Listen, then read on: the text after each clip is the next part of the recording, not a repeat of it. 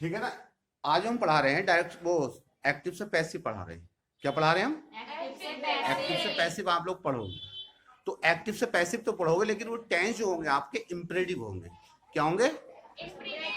अगर ध्यानपूर्वक देखोगे तो बहुत ही आसान टेंस है ये, मतलब इसमें कोई मुश्किल काम नहीं है।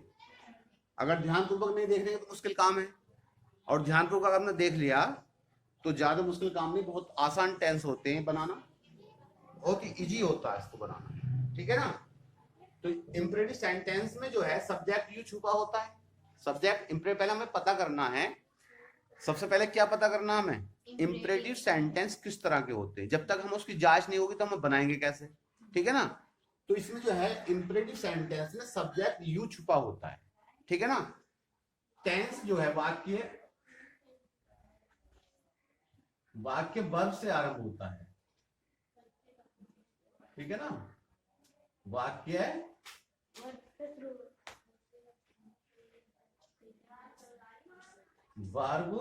से शुरू होता है। से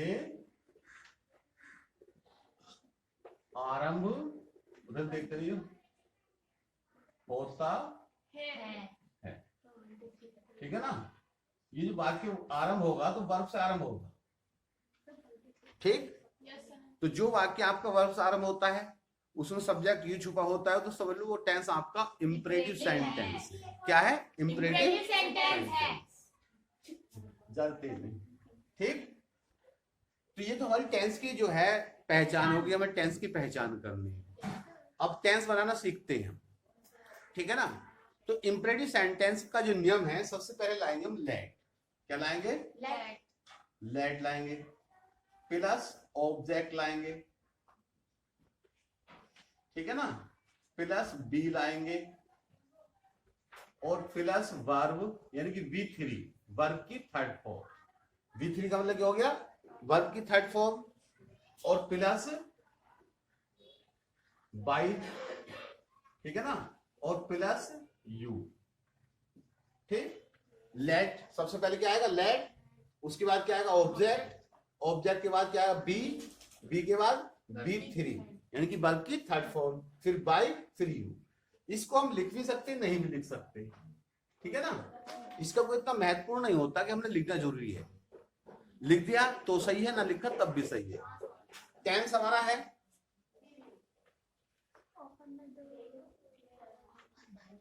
चलो, ओपन द डोर।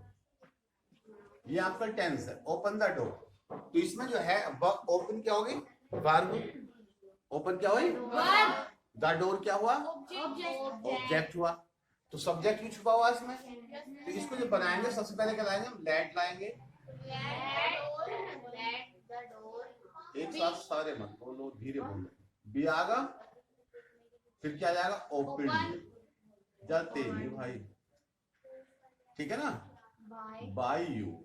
जब तेज बोलोगे तो सर सब में ऐसे आएगा यू। हाँ, सब्जेक्ट यू है ना सबका। इस सबका सब्जेक्ट यू, तो सब में यू ही आता है। ठीक है ना। कोई चीज बूझनी बूझ लो। ठीक है ना। कोई चीज बूझनी बूझ लो, बंद होगी। लेकिन ज्यादा तेज मत बोले करो, तेज बोलोगे तो वो वही आवाज इसमें। ठीक। यहाँ तक बात समझ आ गई आप लोगों की। तो ये हमारा पहला टेंस हो गया। अब ये टेंस आपका निगेटिव भी तो हो सकता है। ये टेंस आपका कैसा? निगेटिव भी हो सकता है। तो सर बी के बाद नोट लग जाएगा। तो बी से पहले नोट लगेगा इसमें। ठीक है ना। Open by you. निगेटिव होने पर नोट कहां लगेगा आपका? बी से पहले। बी से पहला लगेगा। ठीक है। तो इसमें बी से पहले हम क्या लगाएंगे? नोट लगाएंगे। तो वो जो बात क्या होगा आपका निगेटिव, वो कैसे होगा? तो यहाँ लगेगा नोट। इसमें अगर निगेटिव वाक्य आपका तो नोट लगेगा यहाँ। ऑब्जेक्ट के बाद बी से पहले। ठीक है ना। यानी कि ऑब्जेक्ट के बाद और बी से पहले नोट का प्रयोग होगा। तो जैसे टेंस आपका क्या है? Don't open the door. तो इसमें लेट लिया हमने, द डोर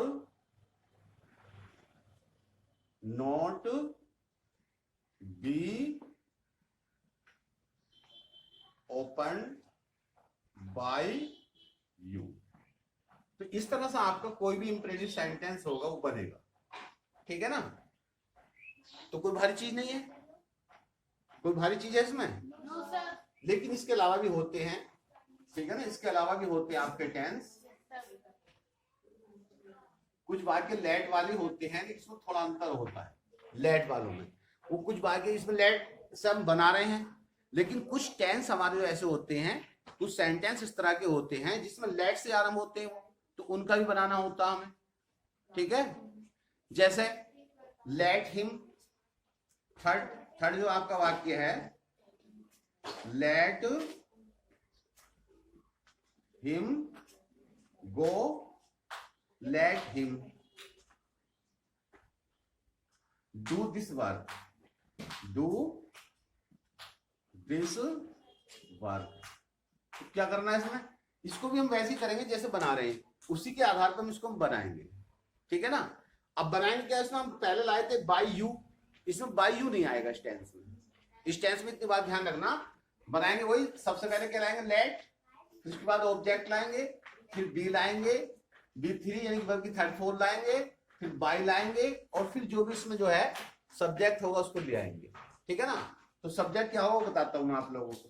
देखो लेट लिया हमने, ये वाक्य आपने नहीं पढ़ा होगा, ये पढ़ा है, लेट लिया, लेट के बाद क्या लाएंगे, ऑब्जेक्ट दिस वर्क आ गया,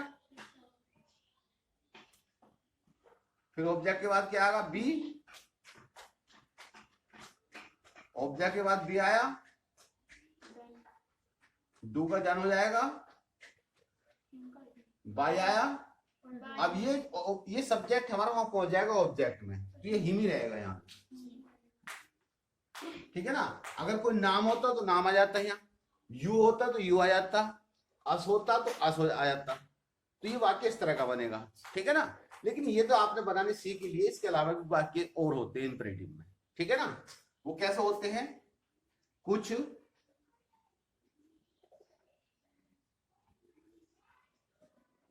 वाक्यों में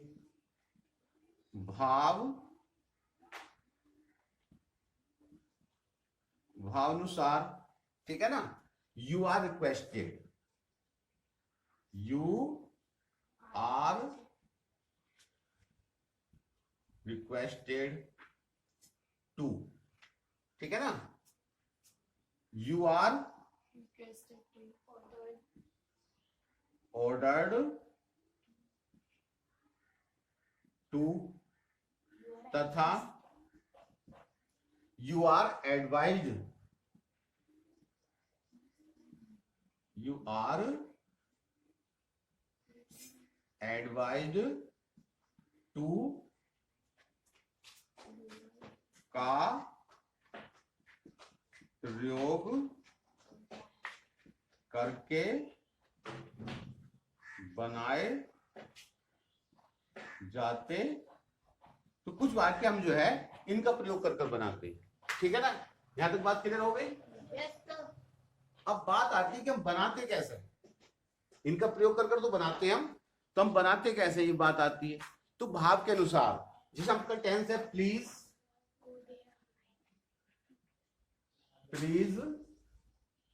गिव मी ए पेन, ठीक है ना। ये वाक्य आपका, please give me a pen. तो ये तो स्पष्ट हो गया, इसमें तो कोई दिक्कत नहीं आने की, यू आर रिक्वेस्टेड आ जाएगा, ठीक है ना, यू आर रिक्वेस्टेड आ जाएगा। तो कैसे करेंगे, you are requested to give me a pen. देखो मैंने आपको पहले बताया था, प्लीज, काइंडली, मैडम, सर जैसे शब्दों को हटा देते हैं। कौन कौन सा शब्द है, प्लीज, काइंडली, मैडम, सर जैसे शब्दों को हटा देते, अगर इस तरह के शब्द आते तो उनको हम हटा देते हैं। तो जैसा आपका इसमें नोट हो सकता है तो इसमें भी नोट हो सकता है आपका। तो इसमें अगर नोट होगा तो किस तरह आएगा ये टेंस आपका, please don't give you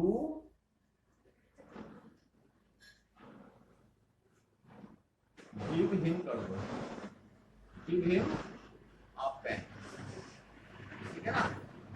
please don't give him a pen, कृपया उसको पेन मत दो।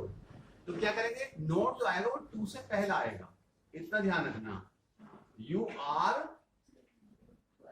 Requested not to give him a pen.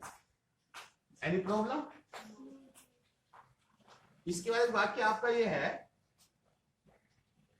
Work hard, यानी कठिन परिश्रम करो। तो कठिन परिश्रम करो सलाह। तो ये इन शब्दों से वाक्य वो बनाए जाते हैं जिनकी जो पैसिव आवाज बनना संभव नहीं था पहले, लेकिन मॉडर्न इंग्लिश के अनुसार इनकी भी जो है, इन टेंसों की भी पैसिव आवाज इन नियमों के द्वारा बनना संभव हो गया। पहले जो था, ये जो टेंस होते थे इनकी पैसिव आवाज बनती नहीं थी, लेकिन जब से ये नियम आए हैं मॉडर्न इंग्लिश में, तब से इन टेंसों का भी जो ये सेंटेंस आपके, तो इनका भी जो पैसिव वॉइस बनना संभव हो गया। ठीक है ना, कोई प्रॉब्लम है? तो इसमें जो है भाग का स्पष्ट हो गया है सलाह का, ठीक है ना। तो you are advised to work hard, ठीक है ना। ये वाक्य निगेटिव हो सकता है आपका, तो निगेटिव में डोंट तो आता है, डू नॉट भी आ सकता है। डू नॉट वर्क हार्ड, दोनों मतलब एक ही होता है ना भाई। डोंट लिख दो, आज ज्यादातर मॉडर्न में डोंट चल गया है, पहले डू नॉट ही चलता था। तो इसको भी क्या करेंगे हम इसमें, you are advised not to work hard. Any problem? Next वाक्य आता है आपका गेट आउट, बाहर जाओ का, क्या किस चीज का भाव प्रकट हुआ? ऑर्डर्ड का। तो you are ordered to get out, ठीक है ना। ये भी आपका निगेटिव हो सकता है, डोंट गेट आउट। तो क्या आ जाएगा, you are ordered not to get. इस तरह से आपके जो है इंपरेटिव सेंटेंस की पैसिवाइज बनाई जाती है। अब भी किसी को कोई डिफेक्ट है, माइंड में कोई बात नहीं आ रही, पूछ सकता है। सर जैसे आपने बताया you are requested to, you are ordered to, sir ID तो इनके साथ भी ठीक है। हाँ सर आपने ठीक भी नहीं लगाई, ये लग रही, ठीक है ना। हाँ इनमें लगेगी गेट वर्क नहीं वो लगेगी। जब भी हम कोई वाक्य इन्फिनेटिव से जोड़ते हैं, इन्फिनेटिव यानी कि टू, जब भी कोई वाक्य हम इन्फिनेटिव से जोड़ते हैं, टू से जोड़ते हैं, तो टू के साथ हमेशा फर्स्ट फॉर्म का ही प्रयोग होता, सेकंड थर्ड का प्रयोग कभी नहीं होता। मेरी बात नहीं समझे आप? अगर किसी भी टेंस को या किसी भी वर्ब को, किसी भी सेंटेंस को, किसी भी वर्ब को यदि हम इन्फिनेटिव से जोड़ते हैं, टू से जोड़ते हैं, इन्फिनेटिव का मतलब क्या हो गया, टू से जोड़ते हैं, तो उसके साथ हमेशा फर्स्ट फॉर्म का प्रयोग किया जाता, कभी भी सेकंड या थर्ड फॉर्म का प्रयोग नहीं होता, कभी भी थर्ड या सेकंड फॉर्म का प्रयोग नहीं होता। अब ये हमने कहा जोड़े हैं, टू से, तो टू के बाद फर्स्ट फॉर्म आई है, टू से जोड़ा है फर्स्ट फॉर्म आई है, टू से जोड़ा फर्स्ट फॉर्म आई है। जब भी इससे जुड़ेगा आप कभी भी देख लेना, ठीक है ना, फर्स्ट फॉर्म ही आएगा। कि सेकंड या थर्ड लग रही तो आपका टेंस रॉन्ग है, उसको आप सही करो। ठीक, तो इसको आप जो है बार बार पढ़ना, वीडियो देखनी है और वीडियो शेयर करते रहो।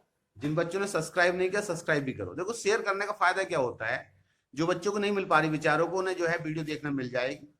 आप लोग अगर उनको क्या करते हो, शेयर करते हो। ठीक है।